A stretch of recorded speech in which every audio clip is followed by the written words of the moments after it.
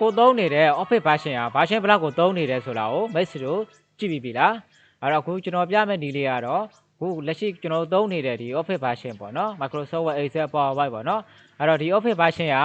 ကျွန်တော် version ဘယ်လောက်ကိုကိုယ်အနေနဲ့သုံးနေလဲဆိုတာကိုစစ်လို့ရပါတယ်စစ်ချင်တယ်ဆိုရင်ကျွန်တော် file ထဲကိုသွားပါfile ထဲမှာရောက်ပြီဆိုရင်ကျွန်တော်ဒီ account ဆိုတာလေးကိုထပ်ပြီးတော့နှိပ်ပါနော် account ဆိုတာလေးကိုနှိပ်ပါနှိပ်ပြီးသွားရင်ကျွန်တော်ဒီမှာ Microsoft Office Professional Plus 2024ပေါ့နော်အခုလက်ရှိကျွန်တော်သုံးနေတဲ့ version ကတော့နောက်ဆုံး version 2024 version ကိုအသုံးပြုနေတာဖြစ်ပါတယ်အဲ့တော့ Mail Store အနေနဲ့အခုလက်ရှိကိုအသုံးပြုနေတဲ့ဒီ Office version က version ဘယ်လောက်လဲဆိုတာကိုဒီနည်းတိုင်းလေးစစ်လို့ရပါတယ်တခြားသောကွန်ပျူတာသင်ခန်းစာလေးတွေသိချင်တယ်ဆိုရင်လည်း comment လေးမှာမှတ်ခဲ့ပေးကြပါခင်ဗျာအားလုံးဆင်ပြေကြပါစေ